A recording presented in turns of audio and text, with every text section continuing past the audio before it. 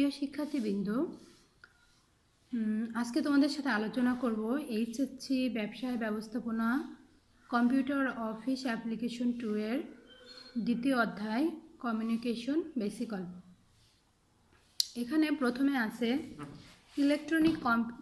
Electronic communication জিনিস কি।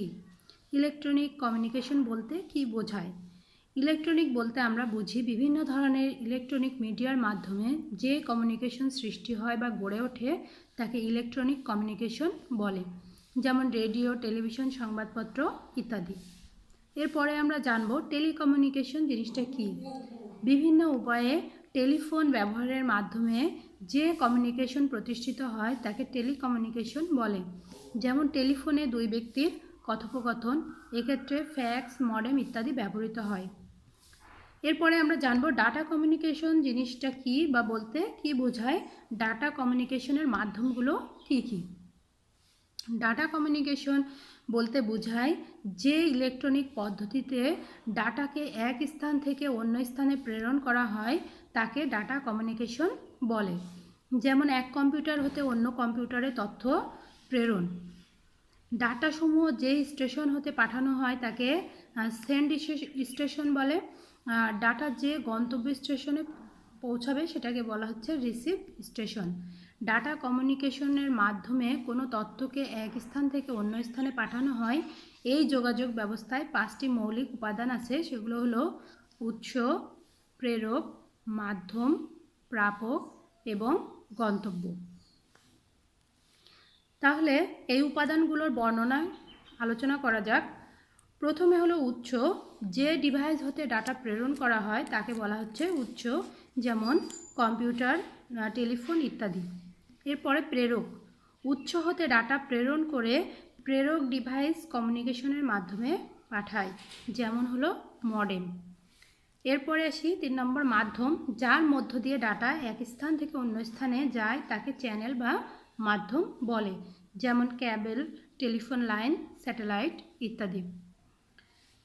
4 নম্বর হলো গ্রাহক বা প্রাপক, ডাটা যার কাছে পাঠানো হয় তাকে গ্রাহক বা প্রাপক বলে।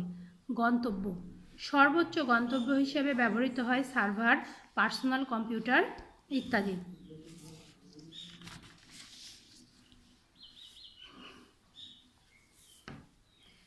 এরপরে আমরা শিখব ডাটা কমিউনিকেশন এবং ভয়েস কমিউনিকেশনের মধ্যে পার্থক্য।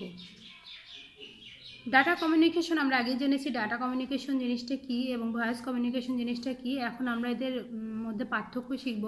ডাটা কমিউনিকেশনে ডিজিটাল সিগন্যাল ব্যবহৃত হয় আর ভয়েস কমিউনিকেশনে অ্যানালগ সিগন্যাল ব্যবহৃত হয়। ডাটা কমিউনিকেশনে নয়েজ কম হয় আর ভয়েস কমিউনিকেশনে নয়েজ বেশি হয়। 3 নম্বরে আছে ডিজিটাল ফর্মে সিগন্যালকে ট্রান্সমিট করে, ভয়েস বা শব্দ শক্তিকে ইলেকট্রিক্যাল শক্তিকে রূপান্তর করে প্রেরণ করা হয়। সিস্টেম বেশি রিলায়েবল আর অ্যানালগ সিগন্যাল ব্যবহৃত হয় বলে কম রিলায়েবল এবং ডিলে টাইম বেশি।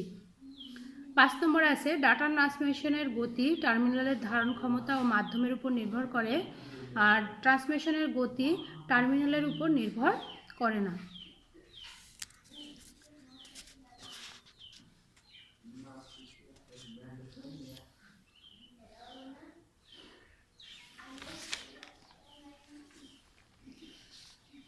এরপরে আমরা শিখব ডাটা ট্রান্সমিশন মোড কি, এদের প্রকারভেদ এবং এদের বর্ণনা।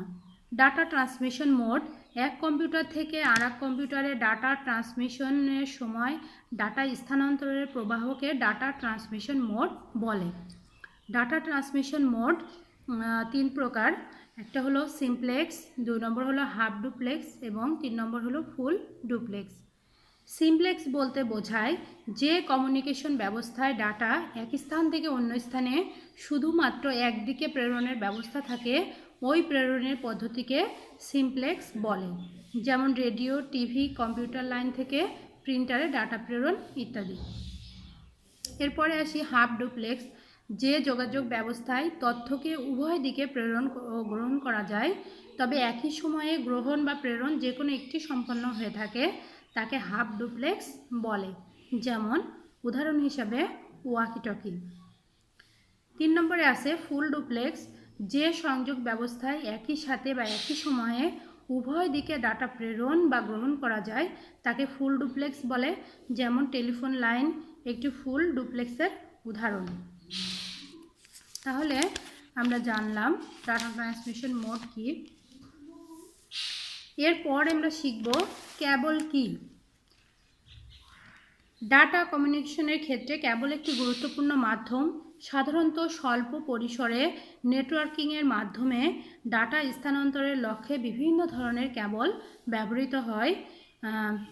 ক্যাবল সাধারণত আমাদের দেখা যায়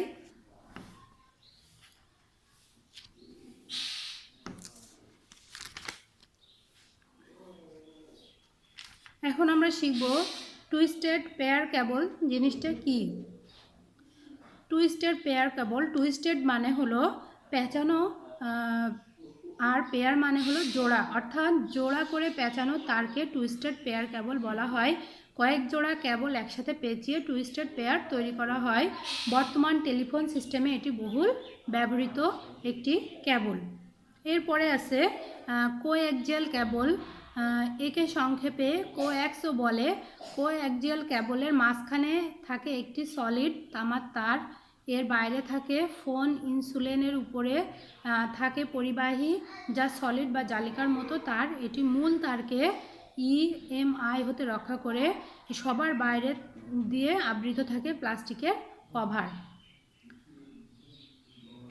এরপরে আমরা শিখব shielded twisted pair cable, unshielded twisted pair cable এবং ফাইবার অপটিক্যাল পেয়ার কেবলের বর্ণনা।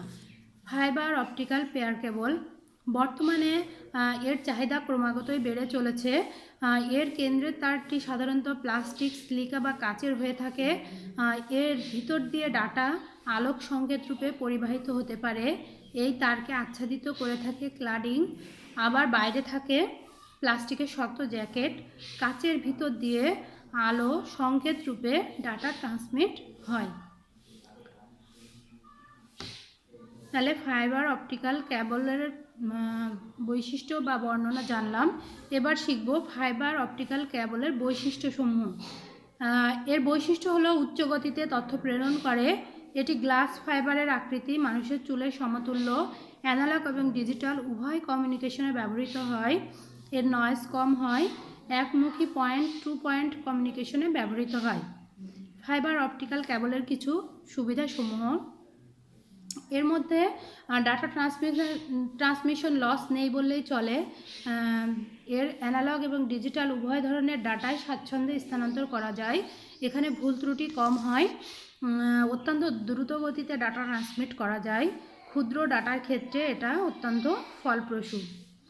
এরপর আমরা শিখব ফাইবার অপটিক্যাল কেবলের কিছু অসুবিধাসমূহ। অত্যন্ত ব্যয়বহুল পদ্ধতি, কারণ তার এবং কানেক্টরের দাম অনেক বেশি ডাটা পাঠানোর ক্ষেত্রে সুবিধাজনক নয়। দুটি কনভার্টার ব্যবহার করার প্রয়োজন পড়ে। এরপর আমরা শিখব ফাইবার অপটিক্যাল কেবল কি, এর সুবিধা এবং অসুবিধাগুলো। ফাইবার অপটিক্যাল কেবল বর্তমানে এর চাহিদা ক্রমাগতই বেড়ে চলেছে। এর কেন্দ্রের তারটি সাধারণত প্লাস্টিকের, সিলিকা বা কাচের হয়ে থাকে। এর ভিতর দিয়ে ডাটা আলোকে সংকেত রূপে পরিবাহিত হতে পারে। এর তারকে আচ্ছাদিত করে থাকে ক্লাডিং, আর বাইরে থাকে প্লাস্টিকের শক্ত জ্যাকেট। ফাইবার অপটিক্যাল কেবলের সুবিধাগুলো এবং অসুবিধাগুলো আমরা শিখলাম। এরপরে আমরা শিখব রেডিও ওয়েভ বা বেতার তরঙ্গ কমিউনিকেশন কি। 10 কিলোহার্টজ থেকে 1 গিগাহার্টজের মধ্যে সীমিত ইলেকট্রোম্যাগনেটিক স্পেকট্রামকে বলা হয় রেডিও ওয়েভ। রেডিও ওয়েভ সহজে তৈরি করা যায়, অনেক দূর পর্যন্ত যেতে পারে এবং বিল্ডিংকে ভেদ করতে পারে। এ কারণে যোগাযোগের ক্ষেত্রে ঘরে ও বাইরে ব্যাপকভাবে রেডিও ওয়েভ ব্যবহার করা হয়। এই যোগাযোগ ব্যবস্থায় সংকেত প্রেরণের গতিবেগ প্রায় 24 কিলোবিটস। রেডিওতে যেমন বেতার তরঙ্গ দ্বারা সংকেত পাঠানো হয়, দুটি কম্পিউটারের মধ্যেও বেতার তরঙ্গ দ্বারা যোগাযোগ সম্ভব। এরপরে আমরা শিখব মাইক্রোওয়েভ বলতে কি বুঝি। মাইক্রোওয়েভ এক ধরনের ইলেকট্রোম্যাগনেটিক ওয়েভ যা সেকেন্ডে প্রায় 1 গিগা বা তার চেয়ে বেশি কম্পন বিশিষ্ট। মাইক্রোওয়েভ সংযোগ ব্যবহার করে ডাটা স্থানান্তর অর্থাৎ কম্পিউটার প্রদত্ত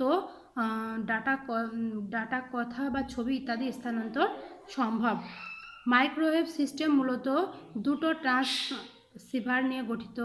এর একটি সিগন্যাল ট্রান্সমিট মাইক্রোওয়েভ বাঁকা পথে চলাচল করতে পারে না, তাই প্রেরক ও গ্রাহক কম্পিউটারের মধ্যে কোনো বাধা থাকলে সংকেত পাঠানো যায় না। এজন্য মাইক্রোওয়েভ অ্যান্টিনা বড় কোনো ভবন বা টাওয়ারের উপর বসানো থাকে।